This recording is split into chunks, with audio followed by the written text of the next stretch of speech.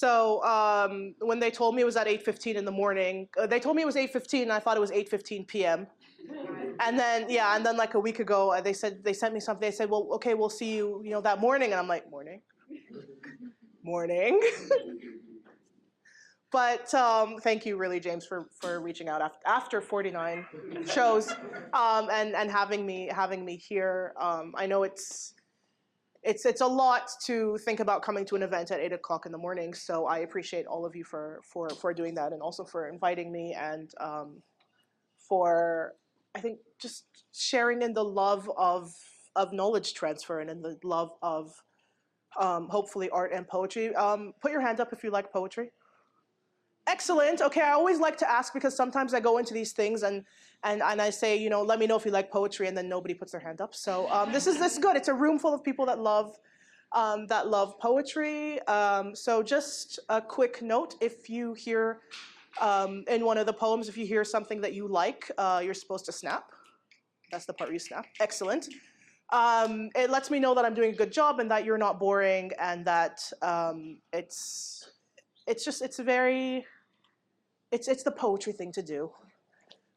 So I was thinking about the theme, and I was thinking about flow, and I thought, well, this is amazing, because I love the ocean, I love water, and I think I love that it flows. And it's so strange, because I feel like I can almost hear it calling me. It's very bizarre, and I'll hear it, and I'll know that it's time to go. It's time to go to the water. So I feel like that was fortuitous to bring that, and to have me on the same morning. So I decided that my flow is words, my flow is poetry, my flow is that connection that you get with the audience. So I'm going to tell my story through my flow, which is poetry. I rehearsed that. Can you tell? So okay, I'm going to start with a poem. I've never been good with numbers, or names, or remembering where I parked. I won't be able to match your face to your name, but I can tell you exactly what I was thinking about eating when we met. You were a cheeseburger and I was a salad, but who am I kidding? I don't like salads. They say there is no equation for the number of times you will try and fail. Failure is the product of effort and imagination divided by the number of setbacks. I am not good with numbers. You said I was your 7. I was your perfect prime number, not divisible, undeniable. You said 7. It was 7 times I would look for you before I realized you weren't coming back. 9 times I repeated the song you played me when you strummed your guitar. You played me. 4 years since the last time I looked in the mirror and saw who I thought I knew. 5 is the number of years I spent in college. 11 is the number of guys who graduated because of me, who would never know or see a college degree without help from me. It was the 2nd of August, 2013. 2 plus 8 plus 3 plus 2 plus 0 plus 1 plus 3. I don't know if that's 16, but it's 16. The year I learned that friendship sinks and not every hand held out is a hand worth holding. Last time I held a hand, she was in a hospital room getting ready to die. Death doesn't scare me. Maleficent from Sleeping Beauty still scares me. I can't get over it, believe me. I tried to play by the rules, but that's a lie. Lies go full circle, like pupils dilating, like dialing on an old-fashioned telephone. 05054. I still remember your phone number, but I never let it ring, so I settle for the dial tone. 12 is how old I was the first time I ever felt unbeautiful, because he said I was. 21 is 12 backwards, the year I realized that my thinking is backwards. Words cut stranger shapes from strangers. Words, letters, A's, B's, C's, D's, D's, D's. Ding dong, the witch is dead. Ruby shoes, there's no place like home. There's no place like home. There's no place like home. Each number bears a significance that we cannot see until we experience that instance when we realize who we are and why we are them. I remember you said I could never be a poet, because I could never even put 100 words together, and you're right. I can't give you 100 words. Instead, I'll give you 255. Here's 200, just because, and 55 for good measure, for every time you said my words wouldn't take me anywhere. Hand in hand, holding, folding, touting, telling truth, no use lies is fine this time. Lies don't fly sky high, you and me, you and I not seeing eye to eye. We never walk together, drifting apart. Is my art words on my brush? Hush, don't say a word. A picture's worth 1,000 words unheard. Absurd, I remember rains as planes of the trains of our thoughts. So we bought a penny for your thoughts, a penny for the many times we replayed that September before the last December, when we spin, splint, stash, stash, live outside the box, unlock, stop, and stop. I remember you said I could never be a poet because I could never even put 100 words together, but I've never been good with numbers. Thank you. So I think the thing about flow is that you're the only person that can make it happen. And there are always going to be a lot of people that, this sounds like a cheesy Instagram like caption, but there are always going to be people that tell you that you can't do it. And I feel like the only way for you to find your flow and to find your inspiration and to become who you need to be is you have to lead by example and you have to do it. And there have been so many people that have told me, well, you can't be a poet. And then after I became a poet and started doing what I do, they said, well, how long are you going to keep this up? It's just a phase. And then years go by and they say, oh, you're still doing this, you know, it's a phase, it's going to end, it's not going to make you money, it's not a sustainable life choice, it's not all of these things. And so you have all of these voices in your head kind of disrupting the flow, and they're things that are also external that people say. When I walk into a room and I tell people I'm a poet, I get the blankest stares ever. It's like, hi, I'm Afra, I'm a poet. That's nice. And I think it's important to realize the validity of your voice and the validity of what it is that you do. And I think that everybody has their voice. You know, when I wrote that poem about when they actually told me that I couldn't be a poet, but I mean, I think I made the right life choice. At least that's what I keep telling myself. But I think that everybody has a voice and everybody has a flow and everybody has the thing that they're meant to do. And even if you haven't found it yet, you owe it to yourself to go out and find it, to go and find that thing that you're meant to do. And maybe you're meant to do it for a while, maybe it is a phase, but while you're doing it, that's what you're supposed to be doing. And it doesn't have to be poetry. It can be through visual art, it can be through theater, it can be through accounting, it can be through entrepreneurship, it can be through fashion design, it can literally be you, it can be through you living authentically and unapologetically, being true to who you are. And I think that's the most important part, and I think that's the thing that we lose sight of the most. And I think that there's also this idea of being busy.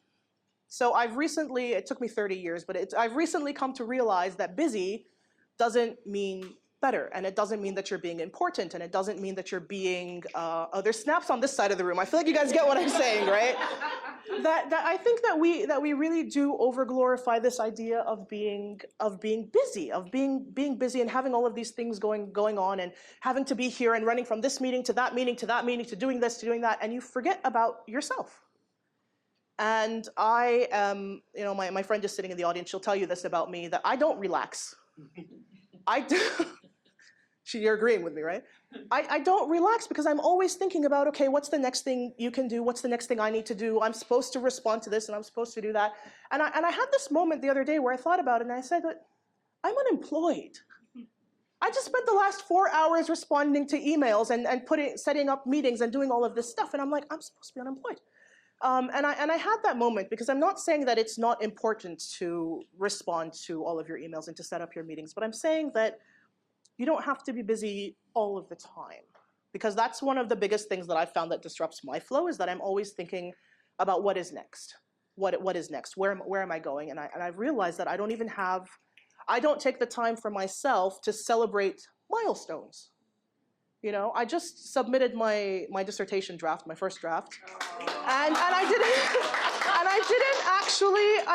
I was happy and I was relieved, but I didn't actually celebrate it.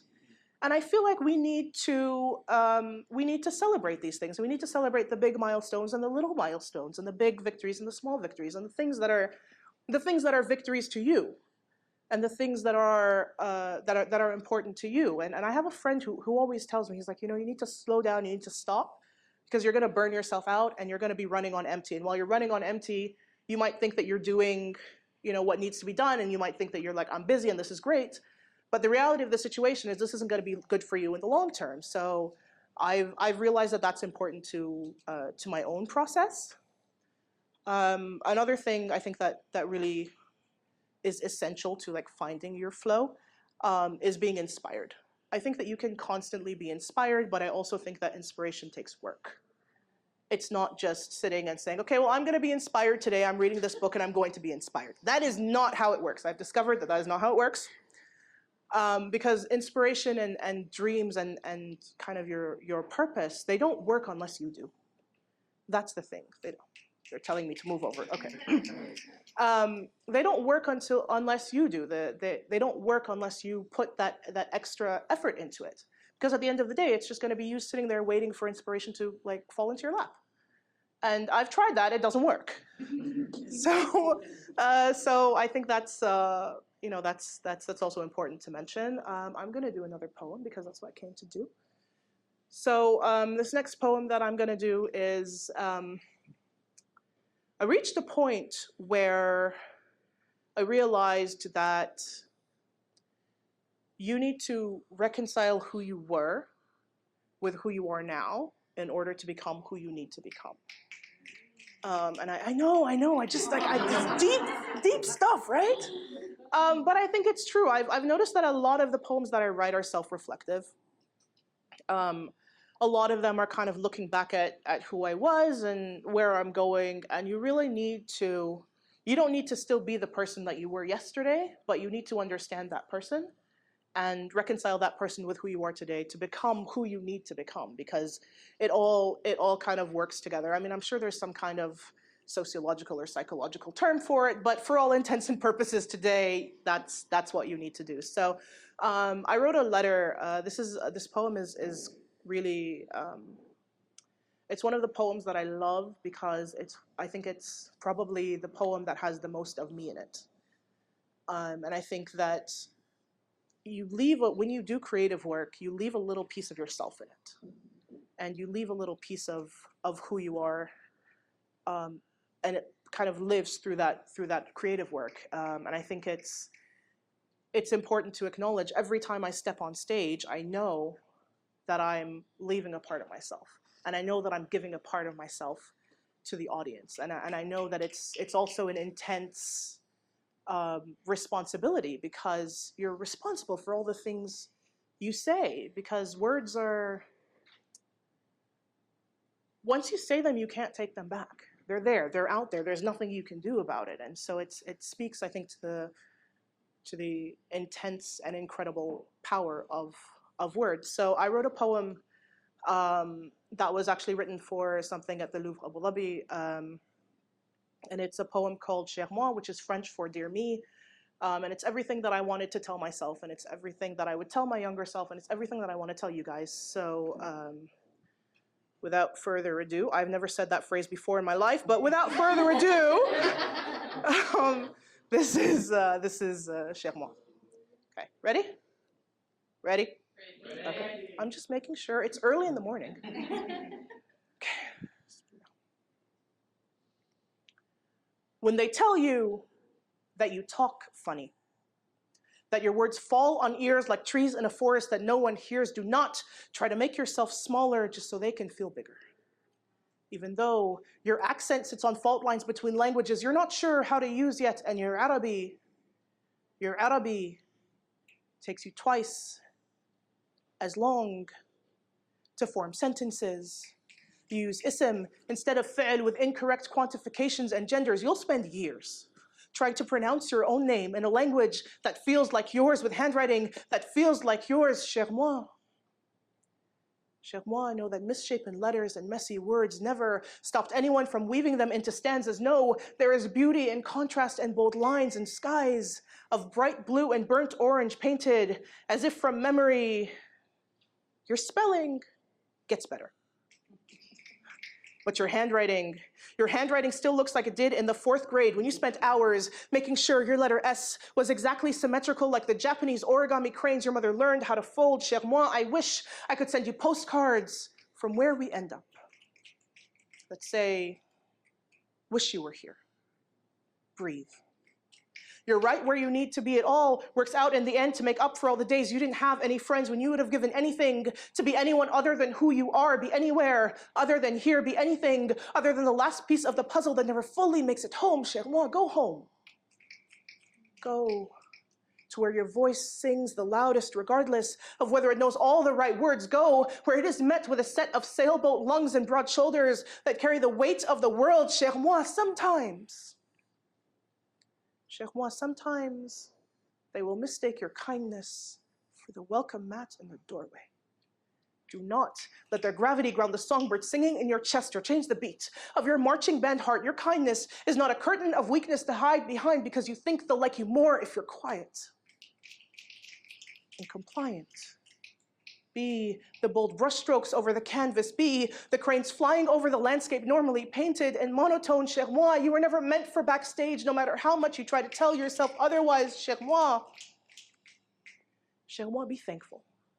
Be thankful for those who love you, and those who you love, and those who you love who do not love you back. Cher moi, you built a spine out of marble and a rib cage, out of sawdust from dreams, but you're scared of your voice, scared of being heard. I promise you will grow into your words the same way a hurricane rips through its surroundings fast, unforeseen, without warning. And no matter what you do, you are never fully prepared for its magnitude. Cher moi, ces mots deviendront ta raison d'être. Tout comme le thé qui a été changé en automne, sous le ciel, tout changeront comme les saisons, comme le vent. Cher moi, your eyes are Suruko's. Your mother says her mother's eyes live in yours. They are lined with 1,000 constellations and origami cranes flying through the night sky. Cher moi, I know you do not think much about poetry or words or yourself. But one day, years from now, a girl in 9th grade will tell you that she is laughed at for her words. She will tell you, how did you know you were a poet? And you will tell her, what I am telling you now, you will tell her. Tell her. قد يكونون القافية والكلمات والوزن والبحر لكن القصيدة تبقى للشاعرة وأنا وقصيدتي لا نخشى الغرق. Like a postcard from where we end up that says, wish you were here. Breathe. It all works out in the end. Thank you.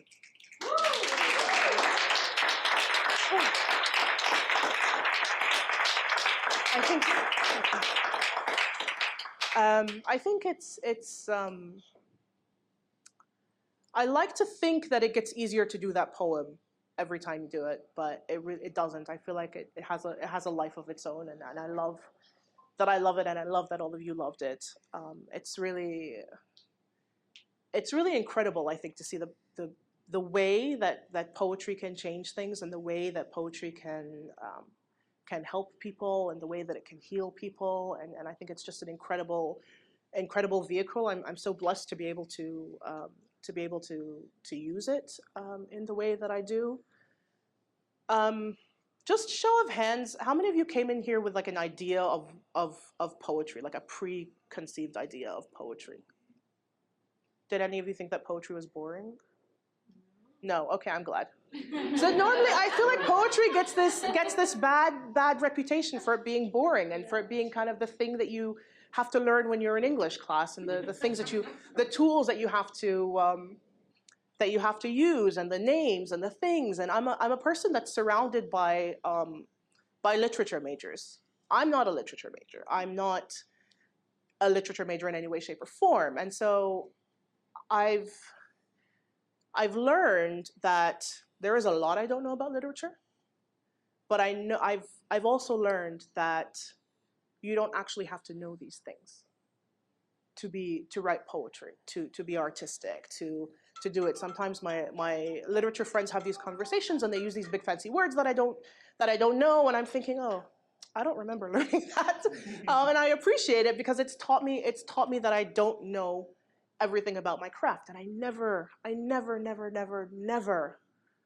want to get to the point where I think that I've done enough, where I think that, okay, this is it, I'm amazing, I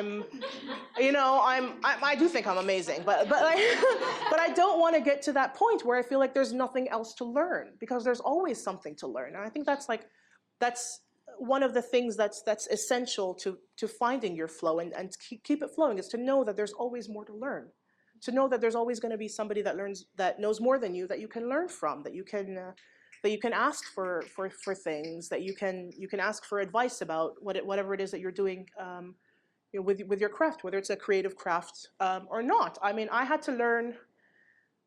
If you've done any work in statistics, you know that this is not fun.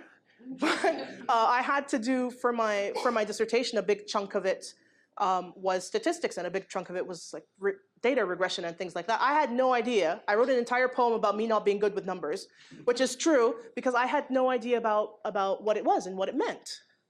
And I thought, how am I supposed to do it? They've taken a poet and told her that she has to do statistics, and I'm like, that's not cool. But I learned it because I had to.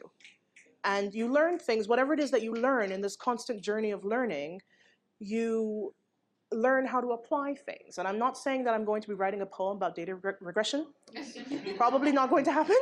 But there's always more to learn. There's always more to find out. And I think that we owe it to ourselves to explore that. And I always tell people, people say, I'm not into poetry, I'm not into, I'm not a painter, I'm not a this and I'm not a that. But I think inherently none of us are, but it's about going out and trying things.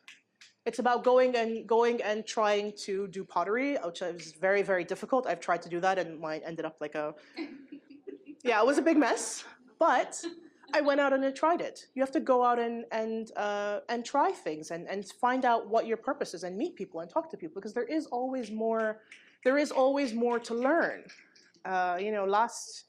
Last year or 2 years ago, I started to go to this to like trampoline, those giant those giant trampolines, and I would have never contemplated doing that. I would have never I'm not athletic at all. But I fell in love with it, and I got to this point where my friends would call me and they'd be like, let's go out, let's go do this. I can't. I'm going to the trampolines. But it's about trying things. Okay, it's about doing that. And I think today I want all of you to at least commit to trying one new thing. Doesn't matter what it is. You don't have to put it on Instagram. You don't have to put it on Twitter. You don't have to tell anybody. But try one thing, even if it's just saying no to something that you feel obligated to do, or if it's deciding that you're going to wake up at 7 o'clock in the morning so you can come to this wonderful 8 o'clock session on poetry, or whether it's you're deciding that you are going to value yourself, or you're going to try a new craft, whatever it is, commit to learning something new and to doing something new and to understanding that there's always more to learn. Okay? Yes. So just do it for yourself. I know that we're running out of time, so I'm going to do one last poem, and then I think we're doing a Q&A. Okay, cool. So this is. Oh, I can. This is a poem that I love. So the story of this poem, it's called Shira. Shira, if you don't speak Arabic, it's the Arabic word for sail, like sail of a boat. And Shira is this amazing organization that I've been lucky enough to work with a number of times. And they work with entrepreneurs, they work with startups. And so they called me and they said, Afra, we would like you to write a poem for us about what it is that we do. And I was on the phone and I was thinking, do they have the right number? And because I couldn't, in my mind, I couldn't figure out what the connection was.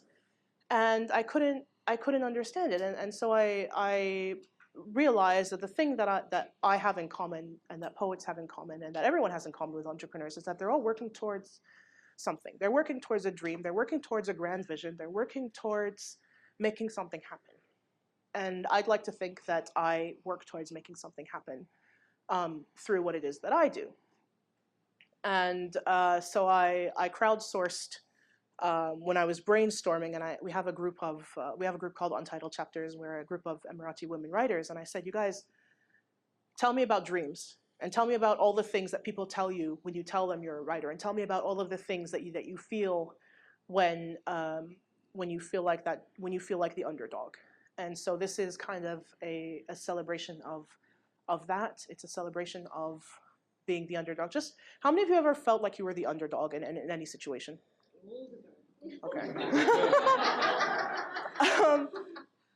The thing about underdogs is you don't really realize how difficult it gets to work towards something when you feel like the underdog, because you feel like, what am I doing with my life? Is this going the way it's supposed to be going?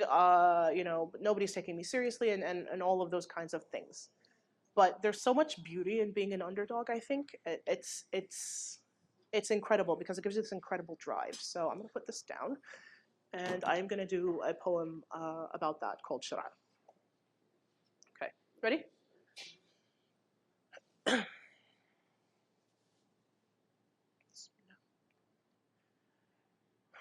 The fastest way to kill a poetry performance is to be generic. The fastest way to kill a dream is to suffocate. Squeeze out every last breath, wedge it between the words realistic and unattainable, wrap it in blankets of self-doubt and tell it has no place here. Ostracize and outcast until no one recognizes its face or speaks its name. Kill off passion. Make sure that if the dream ever dares to show its face here again, the dream has no friends and nowhere to stay, so when they tell you, you can be anything you want to be. They mean something within reason, within the constructs of a society that dictates what is acceptable. Find a job that is acceptable. Silence your passion, watch your dreams like a silent movie on repeat. When I tell them I'm a poet, when I tell them I'm a poet, they look at me like a failed business venture. Sorry, we can't meet with you. Call us back when you have a stronger proposal. Poets and entrepreneurs both know convention is just convenience we use to convince ourselves that our dreams are worthless, that we are worth less than is customary, convicting us with no judge and a fact-lacking jury. Your Honor, I move to dismiss the motion of the notion of the continuous, quote, status quo. You can't quell my concern. Yes, you can direct quote me on that. Let's recap. They say they like my flow, but I know that it means that we object to this rejection. Let the record show we know it is never about the final destination. It is about how badly we want to get there. This is for people who want to get there. The underdogs, who know they can beat the odds when the deck is clearly stacked against them. These are people who know it can happen when muggles believe in magic. They look to new horizons like Frodo leaving the Shire scared, but determined. They are not misfits. They are perfectly placed apostrophes. The difference between Y-O-U apostrophe R-E and your this is about survivors like a skin grown thick like armor, riding through life like a battlefield. We are knuckles, bruised from knocking on doors that said they'd never open because our ideas were never good enough. But the same people rejecting us, the same people rejecting us are the same people who use the flower crown filter and forget that Snapchat was a startup. Those who stuff the makers of change like monsters in boxes and bedtime stories, forced to roam around under cover of darkness. The ones who forgot how sleep feels because their dreams are more important than rest. No wonder they say 2 a.m. was made for the artists. We know this is not the quickest way to become famous. This is about looking at what is and figuring out how to change it. It is about life slapping you across the face and you screaming back, I got this. This is me. This is me being asked to spell the word unnecessary in the 6th grade spelling bee, replacing a C with an S, 2 S's with a C, tripping over my words, not seeing what I was saying, stuttering off the stage in shame and coming back a slam queen. This is for him. Who knows this app can revolutionize the way we see business, saves his allowance because investors won't take a chance on someone armed with just a dream and a business plan under the age of 19. This is for her. With a passion that can outshine the stars, and a voice like an anthem. We've lost too many stars to this life's brutal clenched fist. This is not a motivational speech. This is a call to create communities of creators, engineers, of ideas. It is knowing that no amount of training and social conditioning can change what you believe in, so open your arms. Leave your hearts out like a welcome mat. Turn on the porch lights.